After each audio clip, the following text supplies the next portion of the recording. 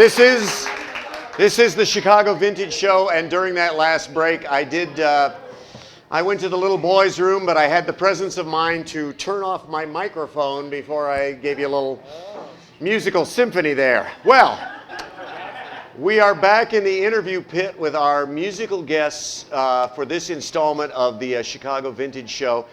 Talk about a hot rocket in the world of rockabilly and vintage R&B music. I couldn't be happier to have these two here, Chris Casello and the fabulous Ms. Tammy Savoy. Say hello, won't you? Hello.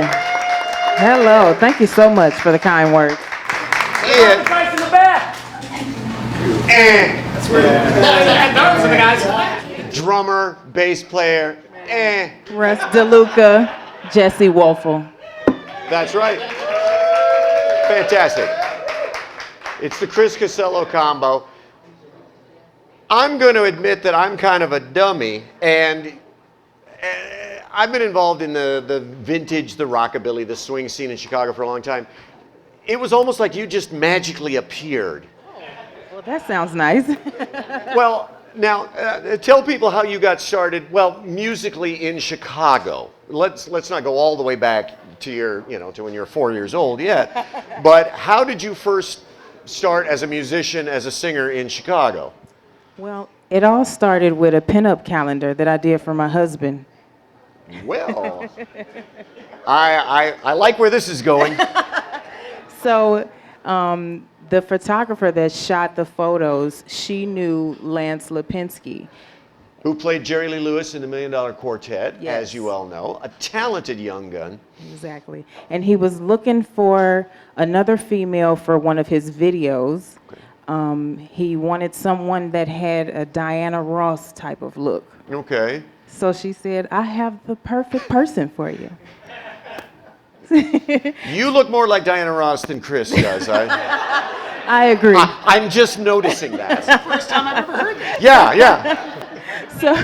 So I was supposed to lip sing in the video, but it ended up, because they already had two females that was singing in the group, and they needed a third person for that third, part harmony. Right. So I went there, never lip sang. We actually sang, and it was just perfect harmony from the beginning. That's fantastic. Yeah. Now, where did the singing start for you? I mean, was that something that you were like singing when you were a little kid? Were you singing in school, singing in church? It started in church, yes, when I was 3 years old. Where were you born and raised? St. Paul, Minnesota. Yay! If you take my advice, my best friends live in the Minneapolis-St. Paul area. Between the two cities, there's more old, cool stuff in St. Paul than there is now in Minneapolis. It's like they tore down Minneapolis lock, stock, and barrel, but they left St. Paul. So, I agree. So how did you get to Chicago? What brought you from Minneapolis to Chicago? Or St. Paul, rather? I came to Chicago on a road trip. Really? Yes. I was looking for colleges after I graduated from high school. Okay. And I just fell in love with Chicago. Yeah. Excellent. And I've been here ever since. It's worked out so far, and I feel like you've had a kind of a meteoric rise in the world of rockabilly. So far, you've been on stage at Viva Las Vegas. Yes. You've been on stage at the New England Shake-Up. Yes. You've played all over Chicago, and your latest record is on the Swell Tune label, which is courtesy of our good friend Beck Rustick from the New England Shake-Up. Yes, Beck, the gal in charge, yes. Tell me about your experience out at the New England Shake-Up. My wife and I go to that event pretty much every year, and we think it's the best musical weekender in the United States. I agree with you. It's so nice. Like it feels so good to be surrounded by everyone that is just so many talented individuals. Like I just felt like I was at home there, really. Yeah. And that event is all about the music. Yes. There's only one stage, so it's not like, oh, I wanted to see Tammy Savoy, but Big Sandy's playing over on that stage at the same time. It's one stage, and that's where the action is. I agree, and they keep it going. DJ, then band, live band, DJ, live band. I like that. So if you haven't been to the New England Shake-Up, it's well worth your time and effort. Yeah, you got to fly to get there if you live in the Midwest, but it is just so much fun. It's such a great time out there. Yeah. Well, Chris, tell me the story of how the two of you found each other, because Chris and I have known each other since sometime back in the 1800s. When we were both 3 years old. I did my best Jack Benny on that one. Did you notice? I did the Jack Benny. So, tell me how you and Tammy crossed paths. Well, Thank you. Good night, everybody. she came to a gig, but it was one of my first shows in Chicago 3 years ago, I think. 3 or 4 years ago. It would have been 4 years ago. It's my first, yeah. But I don't remember meeting her that night. So she came. I was on a gig. I was substitute guitar player. We call that subbing for Lance. Lance called, and I did it, and she was there. And then her and her husband, George, showed up at the Honky Tonk Barbecue. One of the best joints, And we had the rockabilly senior class called the Corsairs. And we were doing our regular thing down there, and she got up and sang "Jim Dandy to the Rescue," and the rest is history. She called the next day and said, "Let's do a record." And that was this record, wasn't it? We turned on the microphones when she came over that day, and that's what you have in your hand. And it's a darn good record. These are strong songs, strong performances, and it sounds like the real deal, which just goes to show that there's a lot of talent. And if you got talent behind the microphones, good things happen.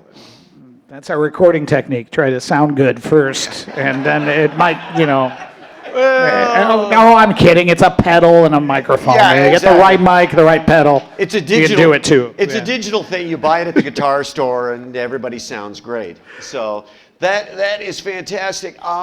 Tell me about you've made 1 or 2 music videos so far.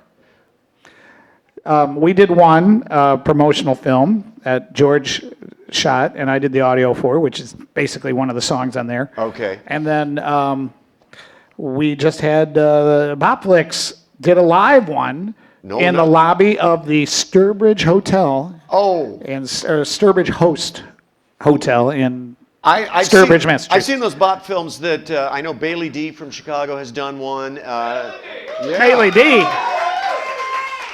She's not here.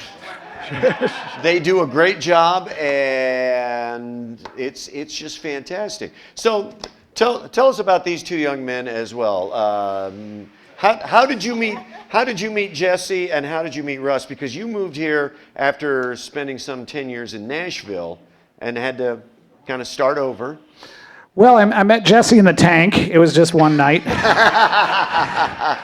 And, and his uncle bailed us both out. And nice. And I can't remember how I met Russ. Jesse, how did I meet you? I was subbing with you on a Johnny Powers gig.